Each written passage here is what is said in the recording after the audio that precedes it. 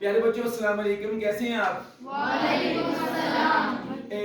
बेटे paper presentation के हवाले से हमने चंद लफ्ज़ सेलेक्ट किए थे। उनमें हमने अशआर की तशरीह भी सीख लिया, हमने हिस्सा इंशाई भी सीख लिया, हमने इसके अलावा उर्दू में भी सीख लिया और अरबी में भी सीख लिया।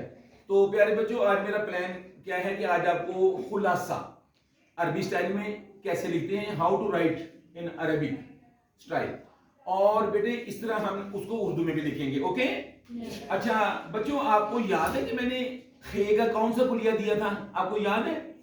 नहीं याद? आपको अभी याद आ जाएगा। लाइन से थोड़ा सा ऊंचा मार्कर रखा, पहले लगाई sloping line, go back centre से डायरेक्शन चेंज। मैंने बताओ बेटे कहां से डायरेक्शन चेंज की है? सेंटर से। बहुत बड़ा नुक्ता मैंने आपको दिया है, बच्चे यहाँ बहुत गलतियां करते हैं। लो बेटा मैं दोबारा फिर लिखने लगा हूं। लाइन से थोड़ा सा ऊपर मार्कर रखा, sloping line, change the direction.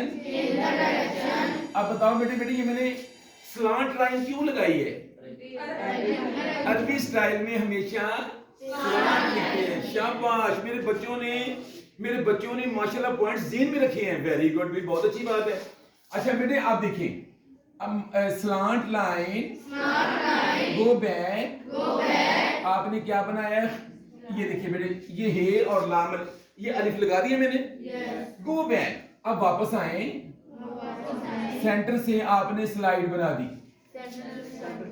बेटे आप ऊपर गए, ऊपर से फिर वापस आए, जब सेंटर में पहुंचे तो आपने क्या बना दी?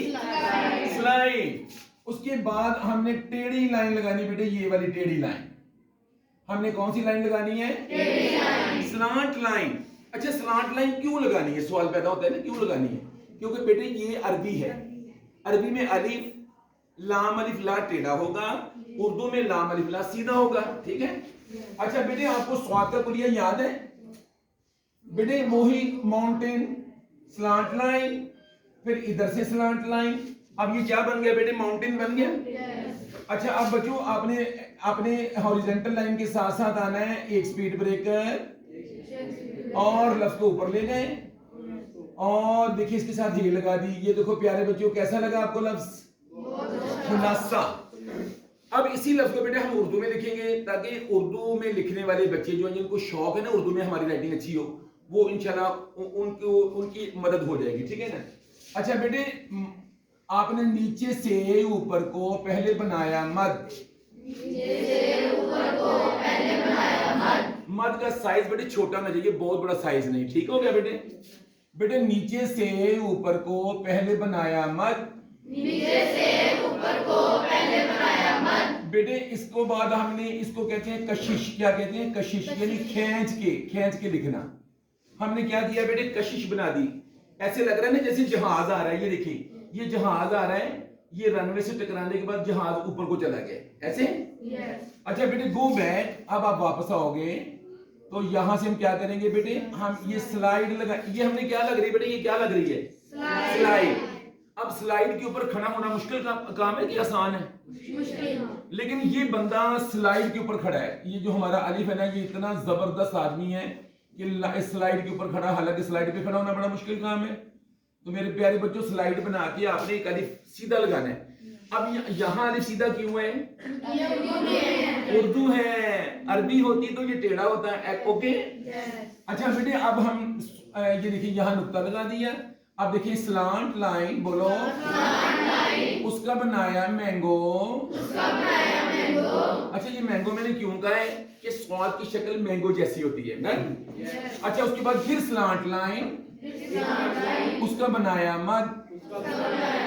लो मेरे प्यारे बच्चों ये बन गया खुलासा। ये जगह खाली लग रही है ना, यहाँ आप ऐसे कर दे मेरे बेटा, ये देखिए ऐसे बना दे। कैसा लगा आपको बेटे? बहुत अच्छा।